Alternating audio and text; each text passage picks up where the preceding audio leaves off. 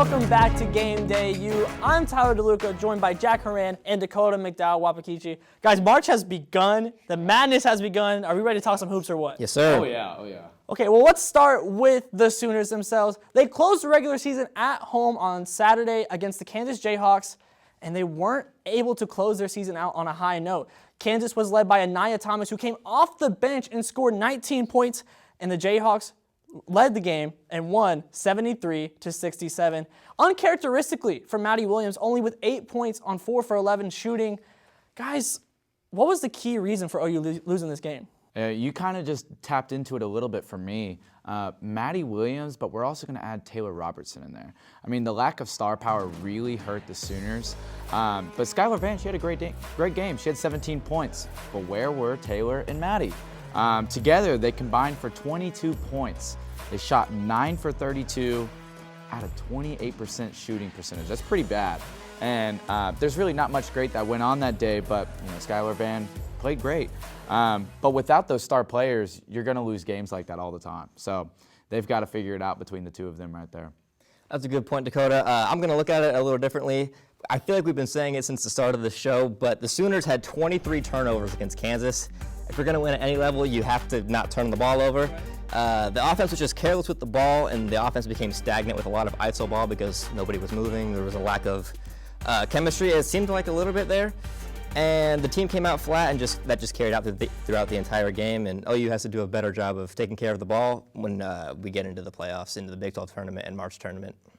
Yeah, I mean, I agree with you guys completely. It was just a weird game for OU. The energy felt weird. Right, it was yeah. And I almost think that OU kind of looked past this game. I think that they were ready for the Big 12 tournament. They were looking ahead. They had the top 16, and then you get punched in the mouth, right? And so kind of looking at this more broadly, because I agree with both your points, and I think that this is a larger problem. It just felt out of sync as a whole, both on the offensive and the defensive ends. There was miscommunications, missed assignments, slower rotations. Everything just seemed like one beat off. That rhythm that we've seen from the Sooners throughout this entire season just wasn't really there. And like I said, I think that they just looked ahead and they got punched in the mouth. And when you get punched in the mouth unexpectedly, it's really, really hard to come back from that. So now, the Sooners are in a weird position. They were the last seed in the last top 16 from the selection committee and the seedings. They just dropped a game against Kansas, but tomorrow they do have that rematch. They open the Big 12 tournament with Kansas. What do you guys think that they have to do to maintain that top 16 seeding? Well, when I look at it, the NCAA tournament's just right around the corner. I mean, this is it. Make or break right here to get that 16 or better seed. And to do that, you're going to have to beat Kansas tomorrow morning. You're going to have to do great in the Big 12 tournament. It's going to be a revenge game, like you said, Tyler. Taylor Robertson and Maddie Williams are going to have to do better. I dive into that just a little bit more in a little bit, but yeah, I think they're going to do well. I really do. The game after, presumably, I think it's going to be Baylor because Texas Tech, OSU, Tech's going to win, play Baylor. It's going to be nothing for Baylor. But this Big 12 tournament is really important to the Sooners to get that 16 seed. Like, they've got the edge on Baylor already with 2 wins in the regular season, but to turn it around and have a better seeding or even just stay in the top 16, they've got to win this round and the next one. Yeah. Dakota, I'm going to have to agree with Dakota on that one. I think they're definitely going to have to beat Kansas, and then if they end up playing Baylor, I think they'll have to beat Baylor and then maybe get some wiggle room after that game. But I think they're definitely going to have to be in at least the top 3 or 4 teams in the tournament for them to have that top 16 seed and host a game. See, I think I'm a little bit more optimistic than you guys, just by a little bit. We all agreed that they have to beat Kansas. But realistically, if you're going to lose a game, at least you get to make up for it the game after in the Big 12 tournament. Redemption tour. Exactly. That's going to be huge for them. So presumably, OU beats Kansas. And they're able kind of to wipe the slate clean a little bit with that selection committee. And realistically, across the nation, they got some help. BYU lost in their conference tournament. North Carolina lost in their conference tournament. Other teams that could have possibly jumped up, they lost too. So now, but they didn't have the opportunity because they were in their conference tournaments already. That's what's nice about being in the Big 12 is that your tournament doesn't go on until a little bit later on. So the Sooners have the ability to go and beat Kansas and stay in the top 16. And honestly, I don't think they need to beat Baylor to do that. They have their resume, which you guys kind of touched on. They've already beat Baylor twice this season. They beat Texas once. There's a reason they were already in the top 16. They avenged the loss against Kansas State. They can do it again against Kansas in the Big 12 tournament, and if they're able to do that and do it convincingly, especially in some type of blowout or anything like of that nature, a double-digit win, then you can kind of chalk this up to, like I said, the Sooners were just looking too far ahead. If they're able to do that, I think that the 2 wins against Baylor is already enough. And it's not like a loss to Baylor is a bad loss. They're going to be one of the top, probably the top seeds in one of the regions, realistically. So I think that if you're able to beat Kansas, you make up for the loss that you just had, which realistically should not have happened, especially at this time of the season. The Sooners should have came out focused, and they didn't. They came out flat. I think if they're able to beat Kansas, then they're going to be fine, and they'll secure that home court advantage, which is going to be huge for the Sooners. Because when you're looking around and seeing the other possible places that they might be traveling, there's some big fan bases in there that are going to show up, and it's going to be a huge advantage for the Sooners if they're able to get that home court advantage. The team feeds off the crowd. Oh, 100%. It plays a big part in the 100%. game. When Jenny's going like this and she's hyping up Huge, the crowd, and huge. It really helps them. Yeah, and I think realistically, obviously, the attendance has grown little by little throughout the season. But if you get March Madness NCAA tournament basketball, the Lloyd Noble Center is going to get packed, and I really think that it'll be big for them. But first, they have to beat Kansas. They have to. They have to. You know, you guys think they have to beat Baylor as well to make that happen. So Dakota, who is going to be the most key player to making that happen? Yeah, so we were just talking about her just a little bit ago and the shooting that she had the other day. I mean, 8 points is not going to cut it.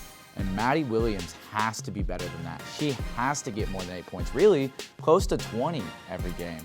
She has to have more than 7 rebounds. I mean, they're going to make the tournament for sure. We know this. But to make that first round here in Norman, she has to be better than what she was against Kansas the other day. So this tournament, really important. She's got to show it off that she is one of the best players in the Big 12. And, she's going to be really key. Yeah, and she just made the top 5 list for her position, the did, Cheryl yes, Miller yes. Award for best small forward. And you look at the other names in that list. That list is crazy. She is in good company, and she's earned that. Yeah. But she has to show up and Yeah. live up to that level and to that recognition. For sure. Jack, what about you? That's a good point, Dakota. You said last week that the OU has to have a third scoring option, and that has to be Skylar Vann. So I think I'm going to have to take Skylar Vann for this one. She's a very big part of the offense, and I think that if OU wants to go far in the postseason, she's going to have to contribute to that. She's averaging 12 points a game and 5 boards, and she's just going to need to keep producing off the bench and provide that sort of energy and spark plug that they need. Yeah, and recently, she has that 12-point average, but in recent games, that's 17, 18, exactly. She's so really that cleaned up. yeah, so that average is a little bit tainted by earlier in the season, but these past 4 or 5 games roughly, she's increasingly picked it up every time, and it's becoming normal, and that's going to be huge for the Sooners going forward. But let me ask you guys something: where do Maddie Williams and Skylar Vann do the most of their work at? In the paint, the mid-range.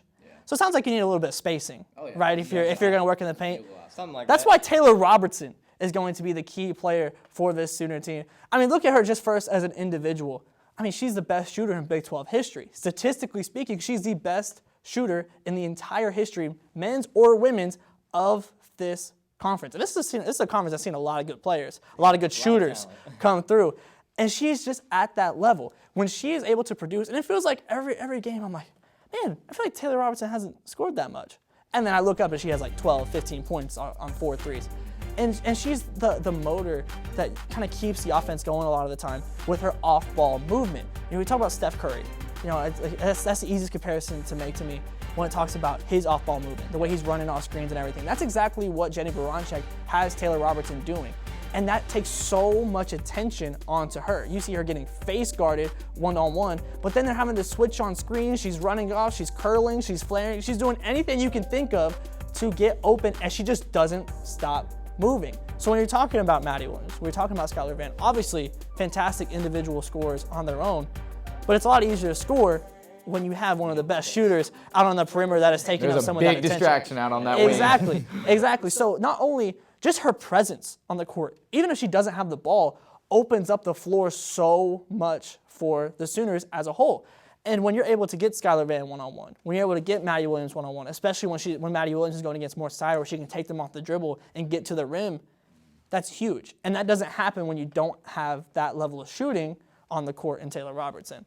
So I think that absolutely, I think all these three are the for sure choices that you have to go with when looking at it. And Skylar Vann has been putting it on. Maddie Williams, that was just a weird game from her against Kansas. But realistically, She doesn't have many of those games. Exactly. But you see what happens when you're missing a top 5 player at her position. And Taylor Robertson as well was top 5 at her position as well in the national watch list. So just 2 key players and then that key third scorer like I talked about last week on Game Day U. I mean, you can't really replace any of that scoring. So if any of those 3 are missing, the Sooners are going to be a little bit shaky. Yeah, we talked about it last week. Who was going to be that third person? Skylar Vann is what my answer was, and we talked about her a good amount, and she's really turned up. So Skylar Vann. Right at the right time. Oh, yeah, 100%. There's no better time than March to get hot. Not at all. And realistically, there's no better time than March at all. We're going to be talking about the conference tournaments that have happened, and then we're going to look ahead at the Big 12 conference tournament next on Game Day U.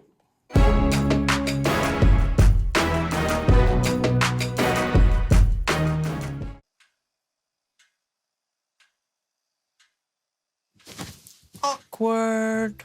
I'm the awkward silence. You try to avoid me, then there I am again. But an awkward silence can be a great thing. Like Kelly here is about to demonstrate. You haven't really been yourself lately. Are you okay? Find out how you can help a friend with their mental health at seizetheawkward.org. When I was in foster care, I never knew when I would have to move. So I always had my suitcase ready to go. Then one day I was adopted. My new parents opened their hearts and home to me. My parents cook my favorite breakfast for me every morning. My parents take me on trips I never thought I would go on. They gave me a home and an even better reason to use that suitcase. My parents aren't perfect, but they're perfect for me.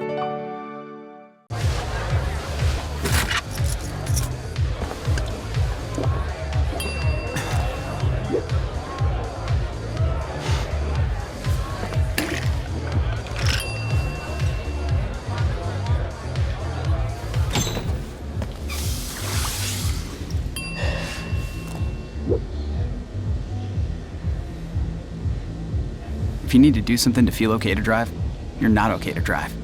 Don't drive buzzed. How prepared is your family if a tornado shows up at your doorstep, or a flood, or a hurricane? You can't just turn away a natural disaster. That's why it's important to go to ready.gov/plan now.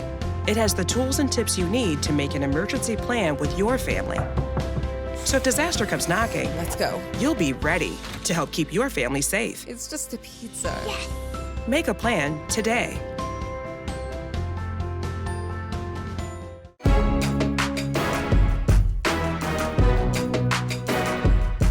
Welcome back to Game Day U. March has arrived. Conference tournaments have come and gone outside of the Big 12, but the other 4 have come. Dakota, who was the most surprising, most impressive team that you saw out of the other 4 tournaments? Yeah, Miami was great. Yeah, man. they were. Yeah, Although, you know, they didn't win the conference championship, they made it to the final game. Which is impressive on their own. Really impressive. They went into the tournament as a 7th seed, and, you know, their first game against Duke, not a great game. They were ranked 10th in the conference, but that second game was against Louisville. Yeah. Number 2 in the conference, Louisville. They won that just by a few points. Went on to beat Notre Dame. Yeah. Another really Notre Dame good team. is struggling. That's a big Yeah, time. they really Dame is are. struggling. At the wrong time of the year. They're getting cold at the wrong time. Yeah. So they had those 3 wins in the conference tournament and then went on to play NC State in the final game. They lost that by a decent amount, but even just making it to the conference championship game is really impressive, Right. especially for a team who's unranked in the committee and AP standings. Right. So they had a really good run. It's going to look really great when the selection comes around, and they're going to have a better seed than they probably already had. And, yeah, they were really impressive. Yeah. Out of nowhere, too. Pretty Really, much. really. Nobody saw that coming. I didn't see anything about it on Yeah. Twitter beforehand. Like, oh, watch out for Miami. There was nothing like that. Yeah. And then they were forced to watch out for Miami. Yeah. But I mean, even with that team, they had two specific players. I mean, Kelsey Marshall and Destiny Harden combined for 104 Harden was points. great. Harden was great. Yeah, in that Louisville game, she had 27 Yeah. points. That's She crazy. went off. Yeah. So it's kind of hard to beat a team that's going well like that. But those two players really shined in the conference tournament too. Right. Dakota, I'm not mad at that pick, but I'm going to have to take Kentucky on this one. good Going pick. up against the number one team in the It's a good nation. pick. Of course. Tyler DeLuca's favorite team right here. Whoa. Hey, man. Nobody gave them a chance to win this game against South Carolina with Aaliyah Boston, and they just went out and hit a game-winning buzzer beater and took down South Carolina. So I thought that was pretty surprising. And Ryan Howard.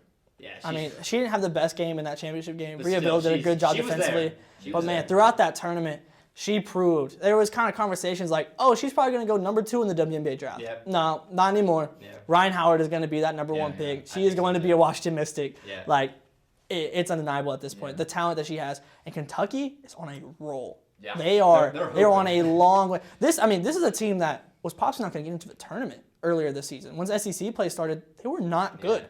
This is a completely different team than the team that we saw that had a losing record within the SEC. Just completely turned it different now. around. Oh yeah, 100%. Turn it around.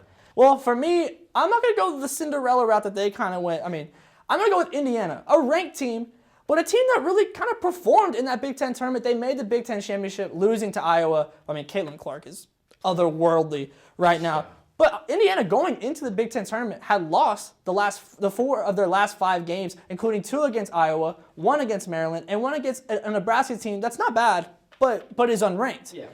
They were able to go into the conference tournament. They get a win against Maryland. They get that back. They beat Rutgers in the first round. Then they beat Maryland. Then they go and beat ranked Ohio State. And then obviously they lost to Iowa in that championship game. But it wasn't a blowout by any means that we had seen. Iowa's a tough team. Oh yeah, 100%. Iowa's a tough 100%. And the other players around Caitlin Clark are also starting to step up a little bit as well. Just they're more and more every game. But Indiana really impressed me. They showed that I was worried about them because they have been realistically shaky. I mean, losing 4 out of your last 5, while to ranked teams, still is never good. You never want to see that type of spell, especially towards the end of the season. But Indiana bounced back. They have, I think, a little bit more faith in themselves again. They're getting that energy back up.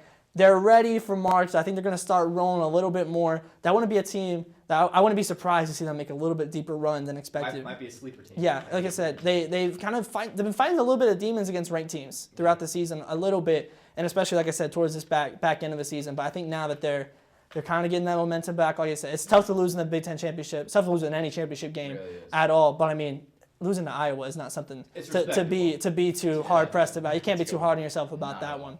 So we talked about most surprising. Now, Dakota, who was your most disappointing team out of these conference tournaments? I'm going to stick with the ACC. I just talked about Miami, you know, how great of a conference tournament run they had.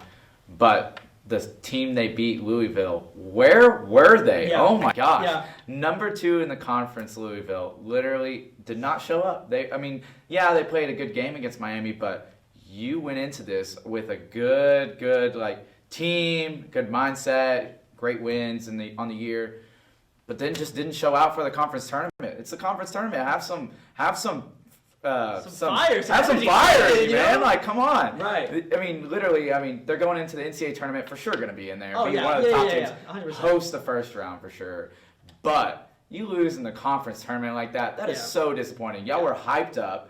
One of the best teams. I said they were going to win last week. Me too. Come on. Both did. They disappointed me.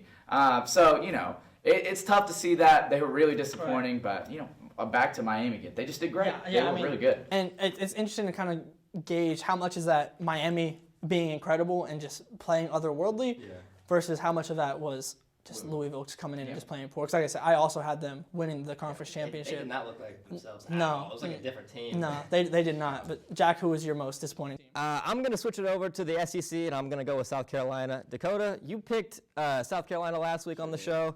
Tyler, I know you picked South Carolina. In fact, can we play that clip real quick? Yeah, but you got to talk about talk about how incredible South Carolina has been this season. They are the clear-cut #1 team in the nation. They have the best player in the nation. They have the best coach in the nation. They have Bria Beal, who is one of the best perimeter defenders in the nation. They have some of the best guard play in the nation with Destiny Henderson. You would be a fool a fool to bet against them in postseason tournament. They keep on winning, and I promise you, nobody is getting bored of winning at South Carolina. They're going to keep winning. They're going to win the SEC tournament, and then they're going to go on and win the national title along with every national award around it. Nobody expected them to lose this game against Kentucky, and when you have the best player in the nation and the best coach in the nation, there's no excuse for losing that SEC championship game. So Tyler, what do you have to say for yourself in the South Carolina team? I mean, they disappointed me too. I mean, That's fair. That's fair. I mean, but let's calm it down a little bit. Let's calm it down. You're bringing up clips.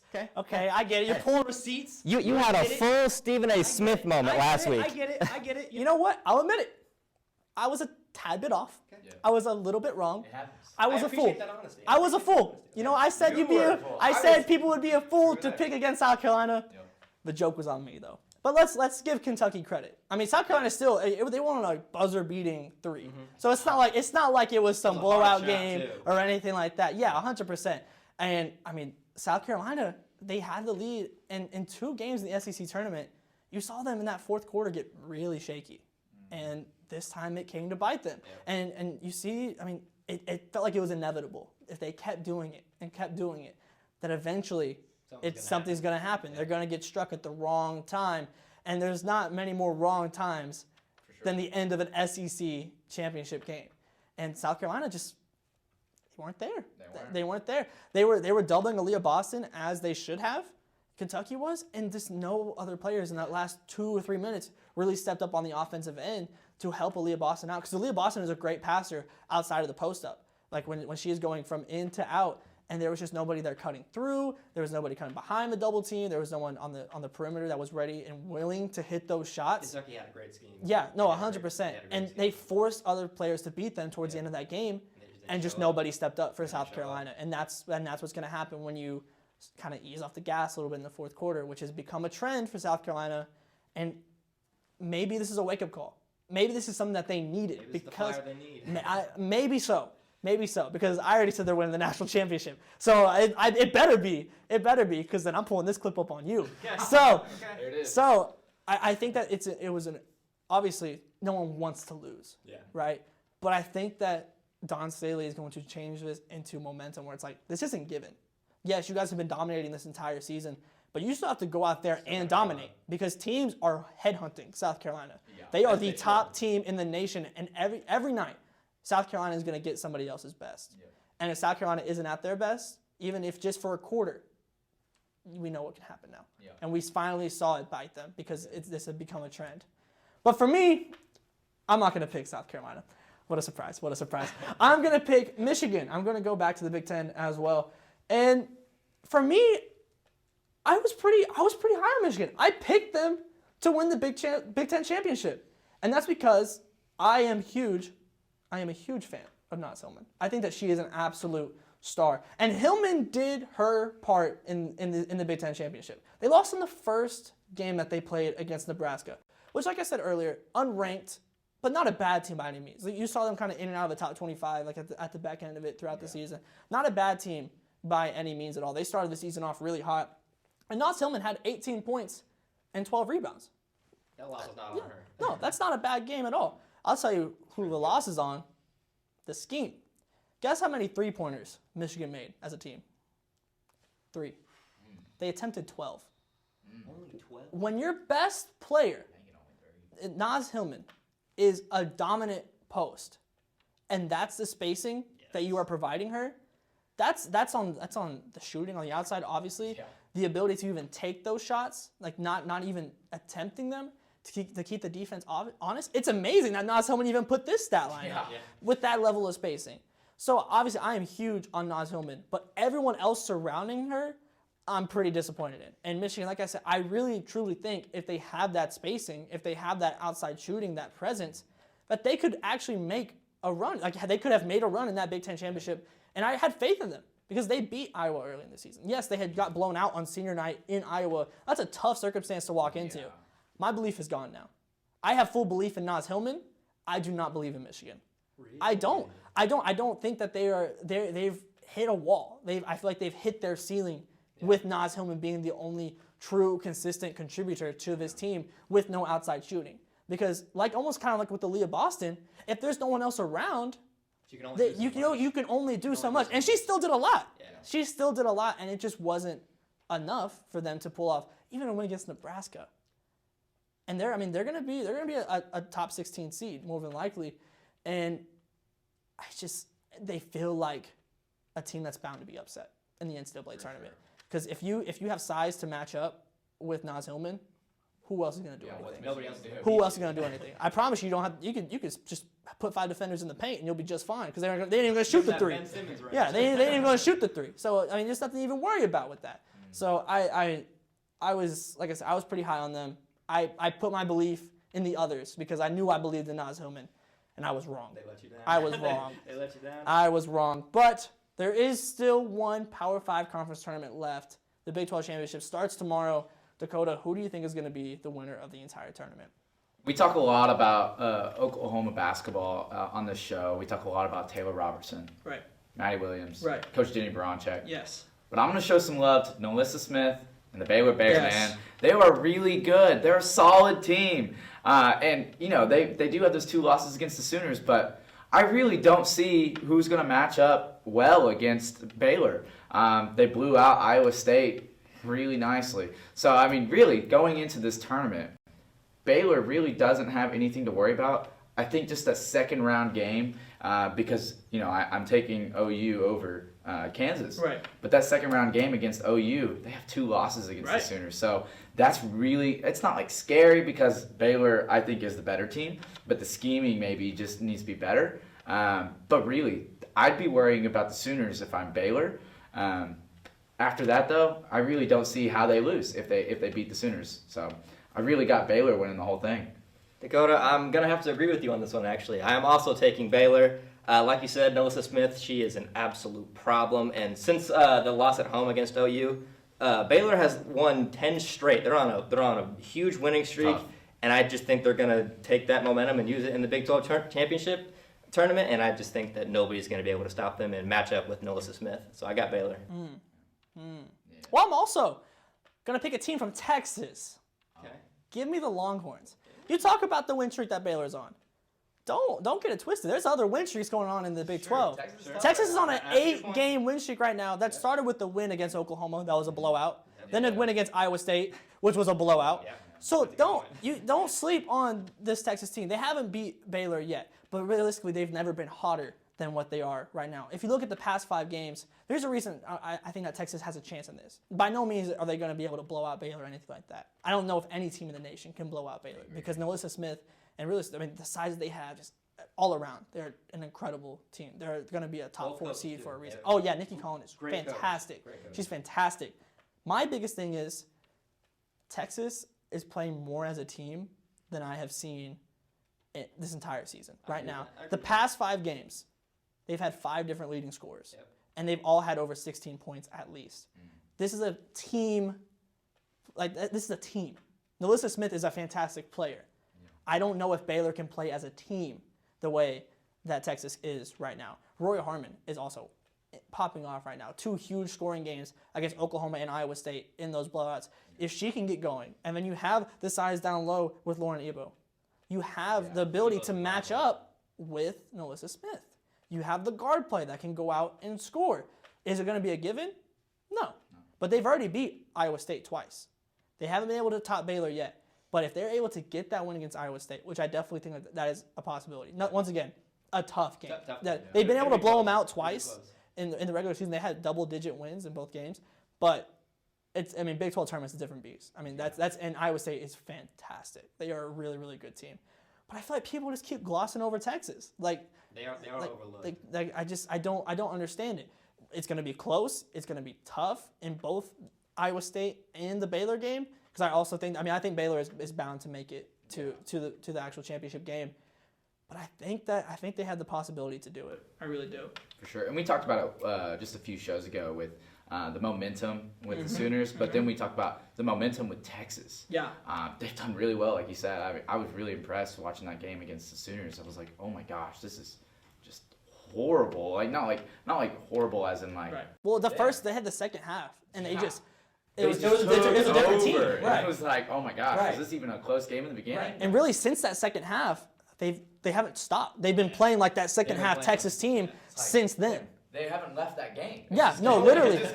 They've gotten into this frame of mind, and they haven't got out of it. And I can't see it really happening in the Big 12 tournament. I think that they're going to roll. Evan, you're talking about a team that has flown under the radar for the majority of the season and started off, I mean, a little shaky. Like they had some loss at the beginning. But we've talked about it pretty much all show. Hitting your stride at the right time. And I don't know if I truly think that Baylor and Texas might be the two teams that are on the hottest stride right now, possibly in the entire nation. Because with the South Carolina loss and everything, I don't know if anyone can compare it to the momentum that they have. So it's going to be two huge forces colliding in that Big 12 championship game. And I think it's going to be close. I think that you're going to see it because both Baylor games happened a little bit earlier in the season. They didn't happen around this time. They happened I believe right before the Oklahoma game. Yeah. And like I said, since that second half of the Oklahoma game, it's been a different team. Texas 2.0. Yes. Now Texas 2.0 is here, and I truly think that they're going to be able to beat Baylor. Well, that's going to do it for us on Game Day U. We don't have a show next week because of spring break, but I will be traveling down to Kansas City for the Big 12 Women's Championship. So make sure you tune into our Twitter, GameDayU_hoops, to see all that content. And we will be back the week after spring break for another show. For myself, Tyler Deluca, Jack Horan, and Dacoda McDowell-Wahpekeche, we will see you then.